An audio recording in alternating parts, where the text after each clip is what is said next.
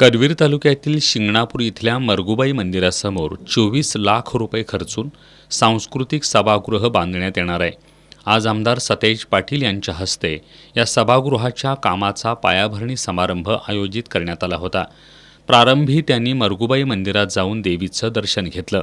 त्यानंतर आमदार पाटील यांच्या हस्ते सभागृहाच्या कामाची पायाखोदाई करण्यात आली। याप्रसंगी बोलताना आमदार पाटील यांनी जिल्ह्यातील लोकप्रतिनिधींकडे सातत्यानं पाठपुरावा करून शिंगणापूर गावात आणि शिंगणापूर जिल्हा परिषद मतदारसंघात कोट्यावधी रुपयांची विकास कामं खेचून आणल्याचं सांगितलं।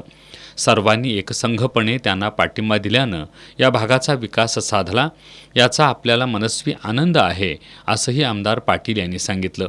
28 कोटीची कामं या जिल्हा परिषद मतदारसंघात करण्याचं काम असू दे किंवा जिद्दीनं चिकाटीनं एक संघ राहण्याची भूमिका असू दे, श्रीमंत छत्रपती शाहू महाराजांच्या नेतृत्वाखाली असेल, आदरणीय व्ही साहेबांच्या नेतृत्वाखाली असेल किंवा माझ्याबरोबर काम करायचं असेल किंवा त्या काळात स्वर्गीय PN साहेबांच्या नेतृत्वाखाली असेल, सगळ्यांना बरोबर घेऊन जास्तीत जास्त निधी माझ्या मतदारसंघामध्ये कसा मिळेल, जास्तीत जास्त गावाचा विकास कसा करता येईल हा प्रयत्न केला।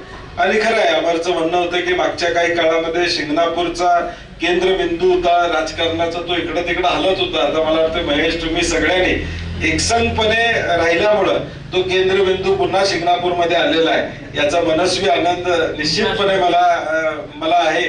यावेळी सामाजिक कार्यकर्ते अमर पाटील, पंडित मस्कर, कृष्णा चौगले यांनी मनोगत व्यक्त केलं।